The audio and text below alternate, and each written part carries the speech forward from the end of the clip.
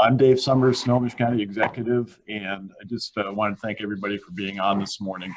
You know, it's obviously difficult times here in Snohomish County, in the state, and in our country, and in the world, but we have just an amazing team of folks that have been working 24/7 to mitigate and prepare for the coronavirus. And I know a lot of people, a lot of our residents are anxious. Many are staying at home, but I want to tell you, you're doing a fantastic job. The residents of Snohomish County are really stepping up to the task. And at the end of the day, personal action by our residents and individuals is what can help us flatten the curve and really nip this thing in the bud as best we can. So we are teaming up with our Snohomish Health District. They're with us together with the City of Everett in our emergency management system.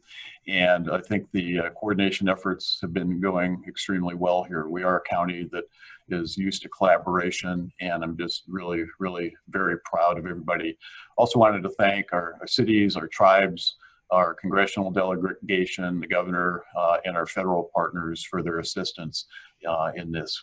We are all in this together, and we need to support each other. And our businesses also have been extremely supportive. It's very tough times for them as well. We know that, and we're working to come up with plans to help them through this as well as all our residents. I do have, on a good note, positive note, we did receive our first shipment of PPE equipment from the Strategic National Stockpile last night. We have not gone through and sorted through that yet exactly, but we'll be doing that today and getting that distributed via the state's guidelines for that.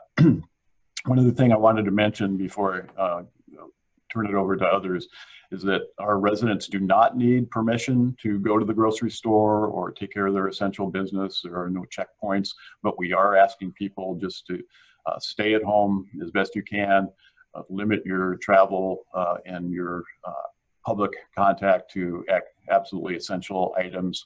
But again, this is really up to you to carry out, and you're doing a great job at staying at home. So thank you for that, and just keep it up.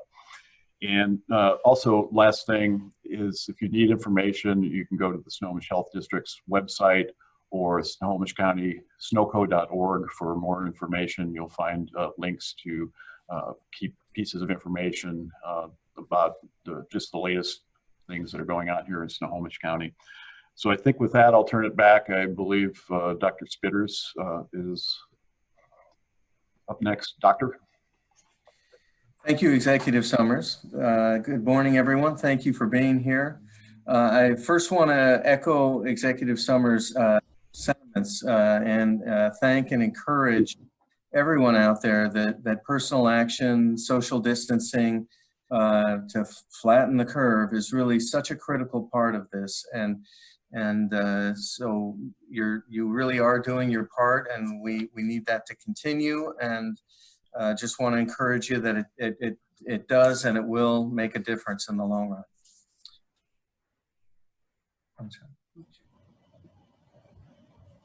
And I just want to verify, can people hear me? Okay, thank you. So I'd like to share 3 brief updates with you this morning before we move on. Those updates are case counts for Snohomish County, information on the growing number of cases in long-term care facilities, and highlights from the drive-through testing site that the Snohomish Health District launched this week. So first, let's cover the new case counts.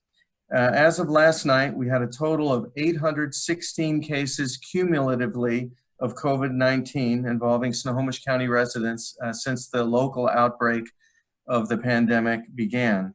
Among these cases, 71 are currently hospitalized, 21 are in isolation at home or in long-term care facilities, 18 individuals have passed away, 418 have completed their isolation period, and the remainder we're still in the process of catching up with them for interviews and education. As a reminder, the Snohomish Health District is continuing to update its website frequently around this. And I would just add that over the last several days, we've We've seen, we were getting 30 to 50 cases a week reported, or per day reported last week, and now we're up more in the 80 to 100 per day over the last few days. On the website, you can find additional data, charts, resources, and blogs to inform you and answer many questions you have. I encourage you to check often and share this important information with your audiences, colleagues, and friends. As I've stated before, individuals with underlying health conditions like diabetes, heart disease, lung disease, kidney disease, as well as individuals over 60 years of age are at higher risk of severe illness, that is hospitalization or death due to COVID-19. This is one of the reasons we've assembled an outreach team focused on infection prevention and control in assisted living, skilled nursing, and similar long-term care facilities. The steps taken earlier this month to restrict visitors and increase infectious disease protocols are critical to the work being done by these facilities serving these very highest risk individuals. Right now, we have 7 long-term care facilities in Snohomish County that have at least one resident with COVID-19. Washington State guidelines for data release, which are intended to protect patient privacy, discourage us from releasing the names of settings with fewer than 5 cases. For that reason, I can only tell you that Josephine Caring Center, or Josephine Caring Community in Stanwood with 21 cases to date, and Sunrise View here in Everett with 25 cases to date are publicly listed. We are providing guidance on testing criteria in long-term care facilities and in all settings, but we are also encouraging providers to use their best clinical judgment to determine when it is appropriate to test. This is true throughout the healthcare system, whether or not a facility has had a case or not. The health district has a team of nursing and allied healthcare staff that helps respond to long-term care facilities seeking technical consultation or reporting respiratory illness, and we are working with them to help coordinate and support testing efforts for their staff and residents in those settings, and to procure personal protective equipment for those facilities so that they can properly manage the infectious risk when there is a case. Staff at these facilities can also go through their medical provider or through our drive-through site in Everett if they are symptomatic for COVID. Fever, cough, difficulty breathing being the key symptoms. As we announced Sunday night, testing kits, currently in very short supply in the region, have been supplied by the Federal Emergency Management Administration and the U.S. Department of Health and Human Services for a drive-through testing site that has been operating this week in Everett. This testing does have specific criteria for individuals to qualify for the testing, and they must be used for targeted testing of symptomatic individuals through jointly sponsored local federal drive-through testing sites, such as the one in Everett. With the generous assistance of many community partners, particularly from the health and law enforcement and human services sectors, we've had 736 people tested through the drive-through site in its first 4 days, so almost 200 people per day.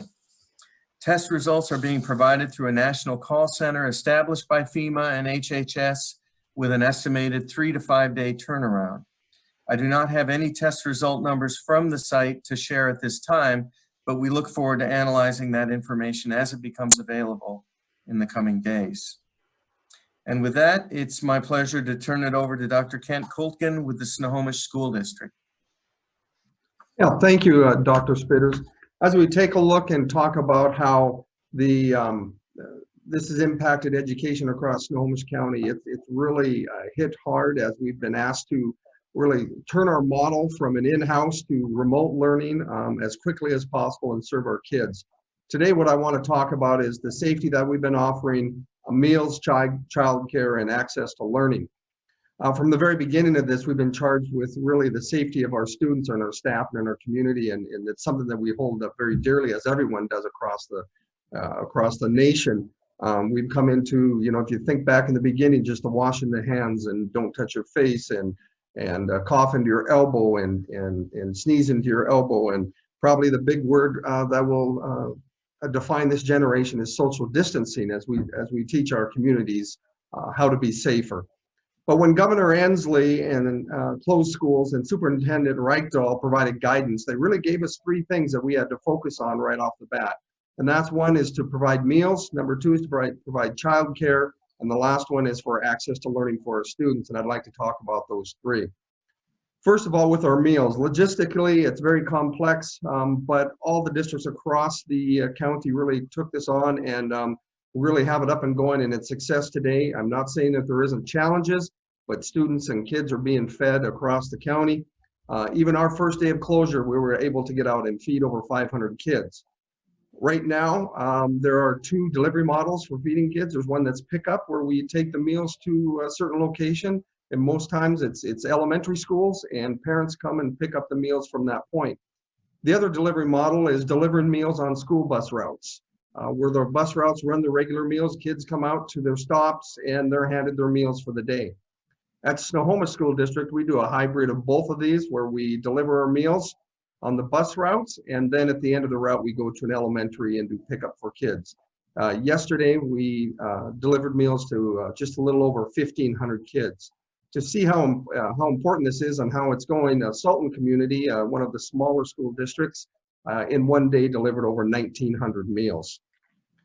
Childcare. Childcare was big to be given to schools, and a huge thanks out to our community partners, big brothers and sisters, and the YMCA. They stepped up and partnered with a lot of the school districts and just expanded opportunities they already had in place, which has been nice. I will tell you, in talking to my colleagues, childcare hasn't been impacted as big as what we thought it was. Numbers are small. In the Snohomish School District, we have 2 sites. We have 8 kids at one site and 7 kids at the other as of yesterday. But we're prepared for those numbers if they should happen to increase as this closure goes on. But right now, a good partnership with those 2 community partners. Access to learning. This is something I'd like to spend a little bit more time on because it's difficult, to say the least. This access to learning has really taken the model that we have and really tried to turn it around, and it's very difficult, and it's not going to replace the typical child in the classroom, and I don't think anybody intended it to. But it's going there. We're trying to get out. We're trying to get technology to all of our kids. That's one of the things we're doing is seeing that kids have their not only computer but internet access, and that brings challenges of its own. Some districts across the county were ahead of the curve, as they already had every child having their own computer, and that helps some. For the rest of us, including Snohomish schools, we've been handing out computers. In the last 3 days, we've handed out well over 1,000 computers and hotspots. I will tell you that didn't solve those problems of connectivity either, as we have some folks that live in areas that have tough connectivity, and even the hotspots don't work. We also have places where now that mom and dad are at home trying to work from home, and we have maybe 2 or 3 kids trying to also get on the computer, that really strains the internet connectivity. But really, the true challenge of education is what we're plagued with, and that's educating all kids. Access and tracking is difficult, as we do not know how many kids check in, how many kids are connecting, how long they connect for. When we talk about measuring progress, how a student is doing with their work, do we collect the work, do we grade it? All of these are questions that we're running into in the education. And if we do grade, what are we assessing? Are we assessing really what the child knows? Or are we assessing the barriers that he or she is having with connectivity, or the time of the day, or what it's like in their home? So it's really struggling as we take a look at grading. As educators, we know we'll tackle all these problems, and under the circumstances that all students will receive a great education under these circumstances. The best tools that we have, we got some great teachers, and we got families that are eager to partner with us as we offer this. Personally, in a discussion with my board just this week, we understood the challenges, but decided to not let perfect get in the way of good. And we're going to start really pushing out education and rely on our professionals and our families. We know that this is going to cause some challenges and some issues, but together we're going to work through these issues. And we also know that education next Friday may not look like what it looks like today. However, we have one constant that we're shooting for, and that's connection between our teacher and the individual student. I think also importantly, I want to talk about our seniors, because we have to get our seniors over the point and get them to their diploma by the end of the year. This is the end of their 13th year, and so it's pretty exciting times for them. This is very complex, and I know that in order to do this, we're gonna have to work with seniors individually to see where they are and what it's gonna take to get them going. One of the big questions is what about credits, and how do we hand out credits for this last semester so they can have their final credits to graduate? The state has been great in this, in working with us on how to waive credits, how to work with the high school and beyond plan, graduation pathways, and we also know that the State Board of Education is thinking right now on other ways that we can waive certain requirements to get graduation going.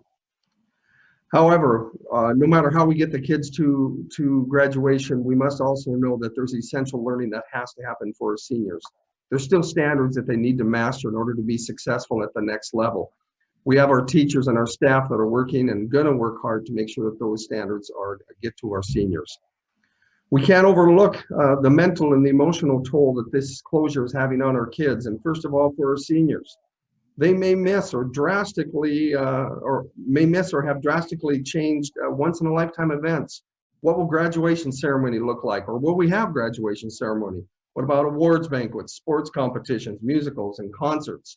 All of those things are big things. And I know in times like this, we say, well, we're just gonna have to move through them, and we will. But we must realize the impact it has on our kids and our families. For the rest of our students, how is this closure going to manifest itself in its future? And the same thing for our staff and families. As superintendent of Snohomish Schools, I am sure that I share the same thoughts my colleagues across the county. We'll get through this. We have some dedicated and passionate teachers and staff that want to do the best for kids, and along with the families, we know we're going to implement, evaluate, and adjust constantly, and every day is a new challenge and a change in education. Thank you very much.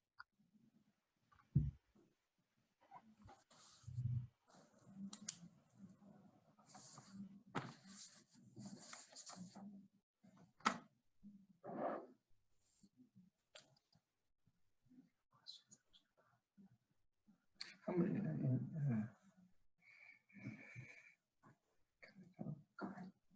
any idea how many PPE came in the first shipment? Yeah. There's a question in the chat box about how much PPE came in the first shipment, and I personally don't know, and it sounds like Executive Summers mentioned the same thing. We're waiting to see what's in the trailer. I imagine that information would come out today.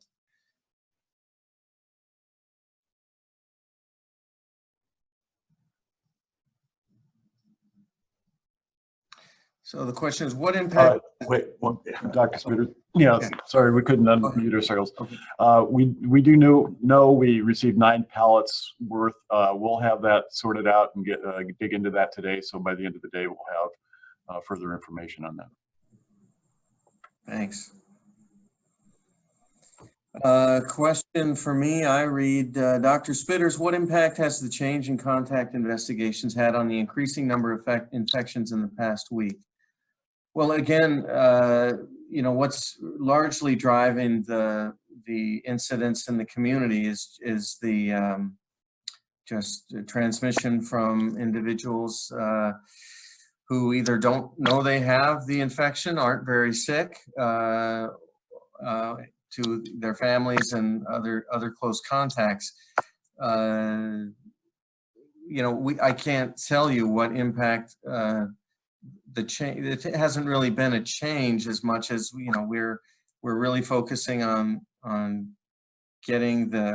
interviewing the cases, getting them to share the information about contacts with us, giving them information to get back out to those contacts. Particularly, you know, the fundamental message is for their household members and other analogous, very close contacts in their personal and work environment to stay home for a couple of weeks. And, you know, it's just too early to tell the course of this. Right now, things are going up. I don't think that's either driven by, you know, made worse or better by the current approach. We're just doing the best we can to get people identified, isolated, and then their close contacts quarantine. And, you know, we're in this for a while. Again, the long-term goal is to reach the point where sustained transmission is no longer occurring in the community because a sufficient proportion of the community is immune, that is previously infected, and to stretch that out in a way where we don't drown the healthcare system or other key infrastructure, other key elements of the infrastructure. So, you know, that's really our goal. And so if you look at that metric, which might be the hospitalizations have been increasing, but overall, the hospitals are not you know, at crisis yet. They certainly are feeling stretched, but that's really our primary metric is how they're doing.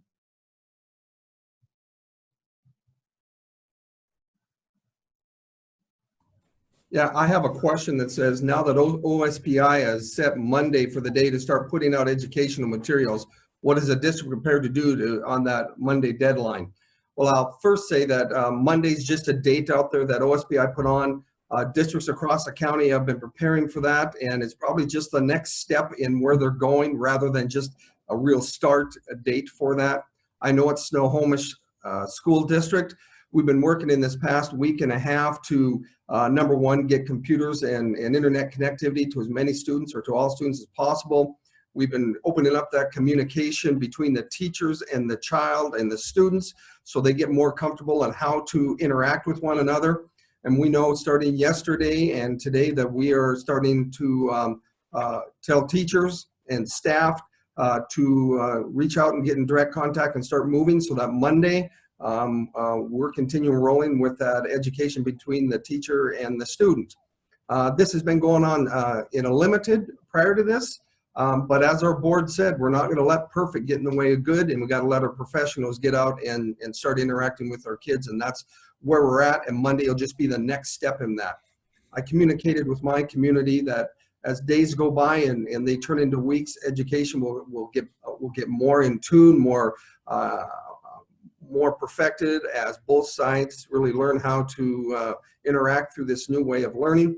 Also on Monday, we hope to have a document to our parents to really outline what's happening and how we're moving forward.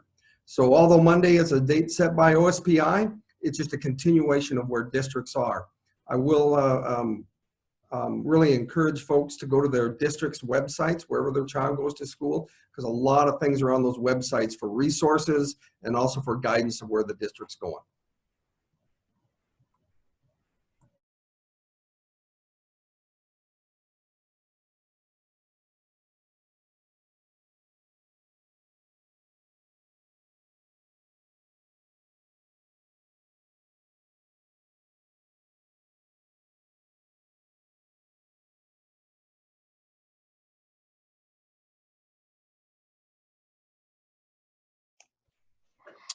Sorry for that delay. It takes us a minute to get unmuted here. So there's a question regarding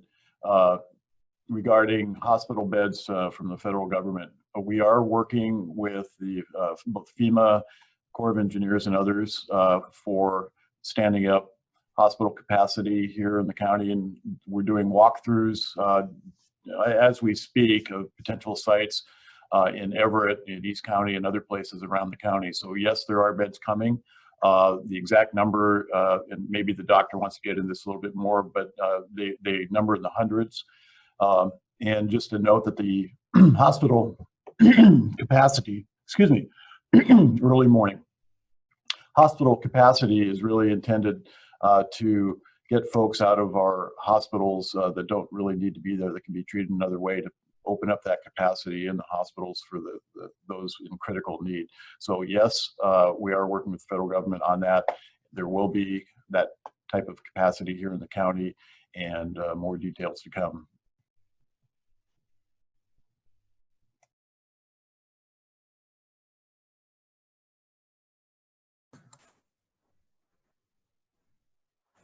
Okay. And I think the executive summers, the number of hospital beds is still number that's being assessed and developed between the federal and state partners as this evolves. I don't have a specific number that's been given to us. There was a question also about our more mobile testing sites headed to Snohomish County. Right now, we're at capacity with the testing supplies that the federal government gave us, and those who have symptoms and who are interested can go to the snohd.org website and click on the COVID icon to get to that page, and then from there you can click into the triaging algorithm for getting access to the testing if you meet qualifications. Expansion of that would require more test kits that we currently don't have access to, and then to wrap around those test kits, we'd have to set up an additional site. So that's thought and possibility for the future. Right now, we've just got the one operating site in Everett. Oh, I should add, many of our healthcare systems in the private sector are operating drive-through settings, and so I think the main thing is for patients who are seeking, individuals who are seeking testing, if you have an existing healthcare provider, contact them and find out what their direction is to you to pursue testing. And if you are ill and there's no alternative, then do certainly go to the health district website and try to register through that.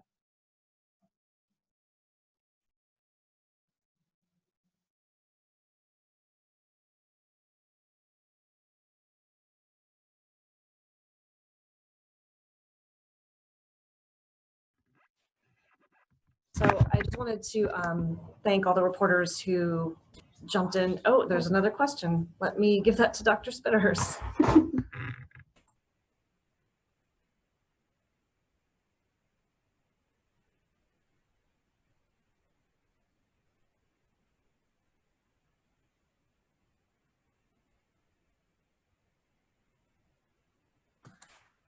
There we go. I had muted myself again, but I can't auto unmute myself.